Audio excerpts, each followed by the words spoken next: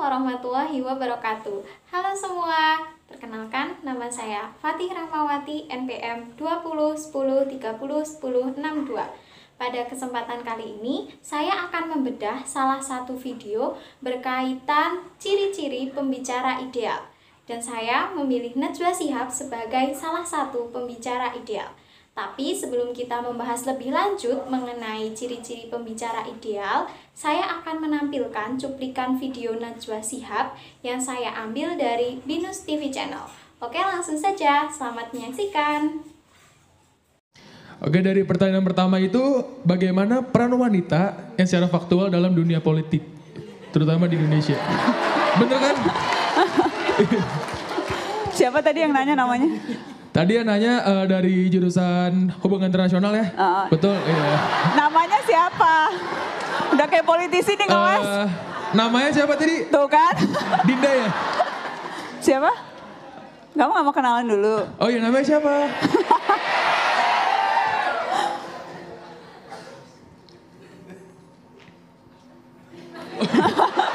Oh buat nyatet. Sebut saja Bunga ya? Iya, saya Bunga. Iya, kirain dapat hadiah ini. Menurut saya masih jauh dari yang dibutuhkan. Tetapi to be totally fair, bukan hanya di Indonesia sih, keterwakilan perempuan itu masih minim. Bukan hanya di dunia politik, tapi juga di dunia kerja bahkan. Yang di dunia broadcasting saya rasa beda. Minimal kalau di dulu tempat saya bekerja pertama di Metro TV, itu 50-50 lah. Di Narasi TV, perusahaan saya, itu semua BOD-nya sampai 2 bulan yang lalu semuanya perempuan. Baru kemarin kita mengangkat 1 direktur laki-laki. Di awal itu bahkan sampai 70% perempuan. Sekarang sudah mulai 50-50, 50%. Jadi memang harus ada keberpihakan untuk memastikan perempuan menduduki posisi-posisi kunci atau strategis. Dan itu juga saya bawa misalnya ke dalam talk show saya. Di Mata Najwa saya selalu berusaha memastikan ada perempuannya untuk bicara. Karena beda perspektif perempuan ketika mereka mengutarakan pendapat, ketika mereka memutuskan untuk mengambil sikap A atau B, perspektifnya beda dengan perspektif laki-laki, terutama di politik. Tetapi kenyataannya sekarang, kalau saya tidak salah persentasenya bahkan turun tidak lebih dari minimal kan 30%. Dan tahun yang sekarang ini kalau kita bicara DPR itu bahkan tidak sampai 20-an% kalau saya tidak salah, mohon maaf kalau salah.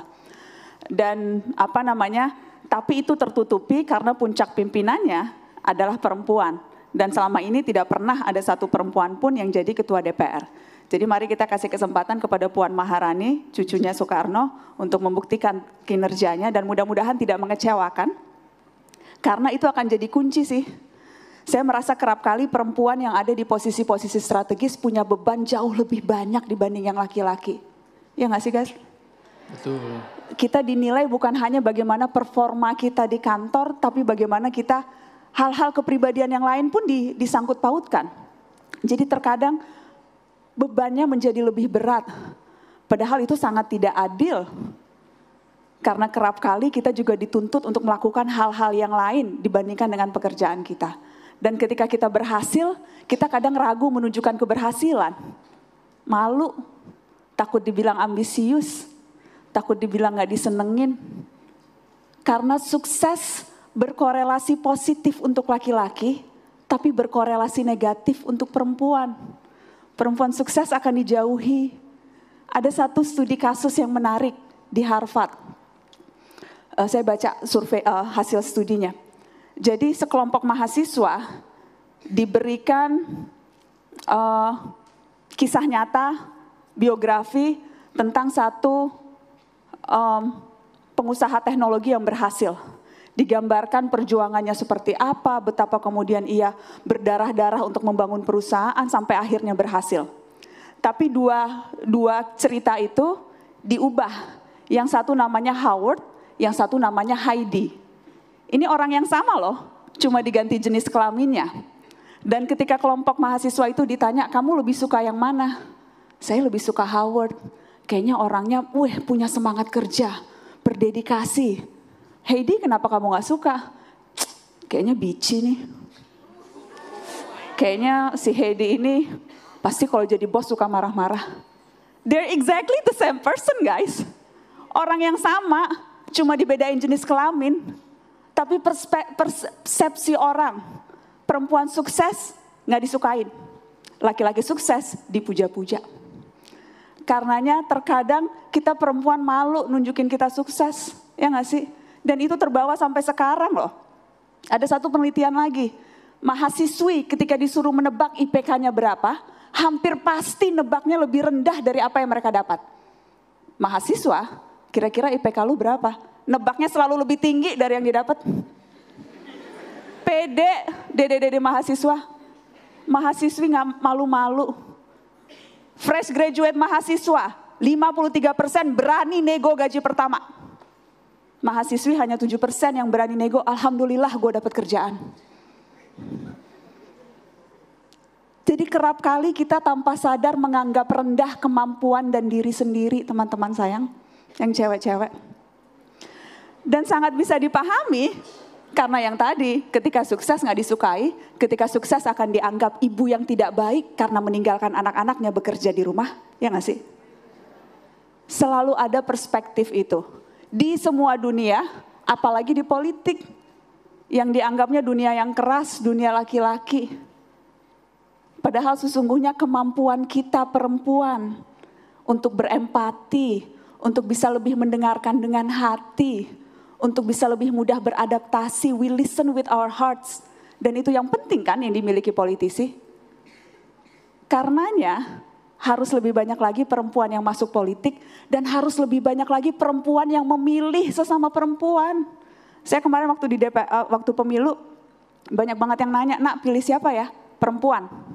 DPR-nya pilih siapa? Terserah, pilih perempuan.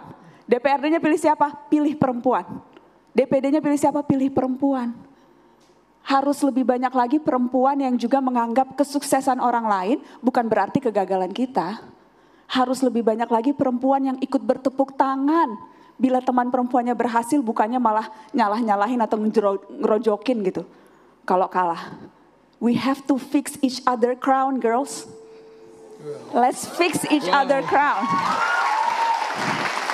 Karena hanya dengan cara itu kita bisa memastikan bahwa seluruh perspektif kita, perspektif perempuan yang utama bisa diarus utamakan.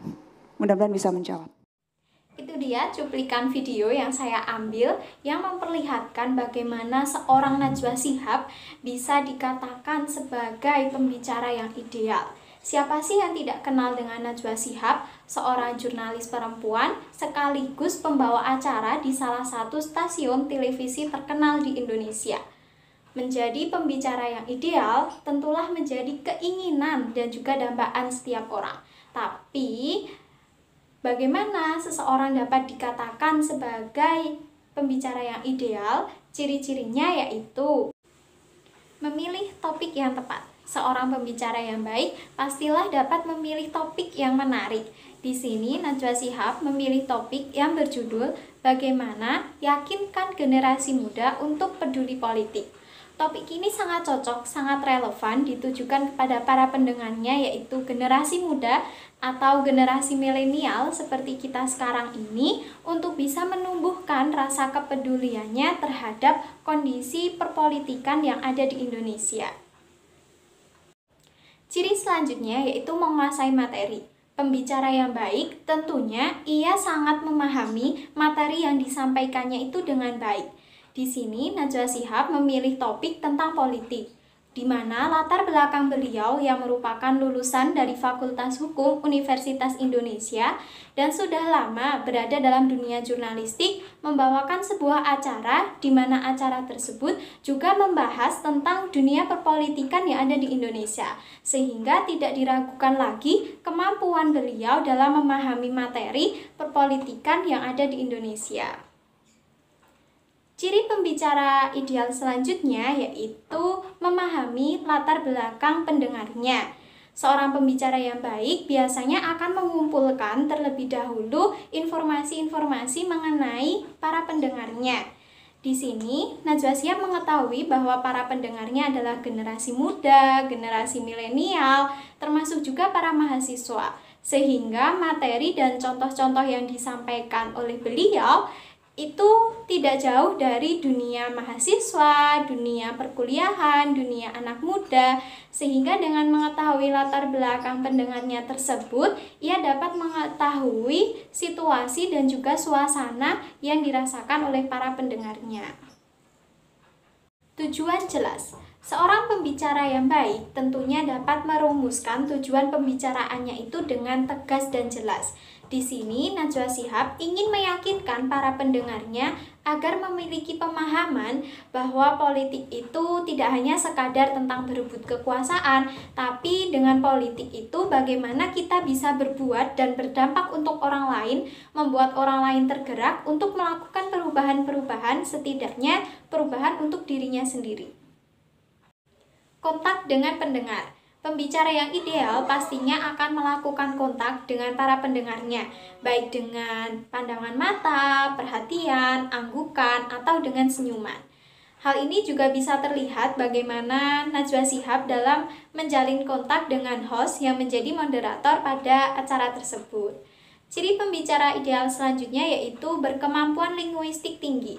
Hal ini bisa terlihat bagaimana Najwa Shihab dalam menggunakan pilihan kata, ungkapan, dan kalimat yang beliau sampaikan itu menggunakan bahasa yang mudah dipahami, sehingga pendengar tidak merasa bingung dengan materi yang beliau sampaikan.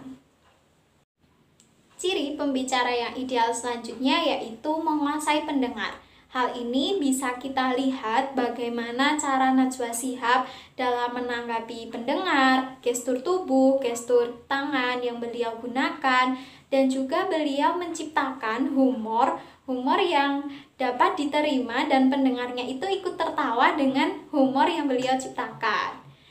Ciri selanjutnya yaitu penampilan meyakinkan. Setiap pembicara yang ideal akan selalu tampil meyakinkan di depan para pendengarnya. Hal ini bisa kita lihat bagaimana cara Najwa Shihab berdiri di atas panggung, bagaimana cara beliau menguasai panggung, cara berjalan, dan juga cara berpakaian beliau. Sederhana tetapi berwibawa akan menimbulkan simpati dari para pendengarnya. Cukup sekian dari saya. Terima kasih.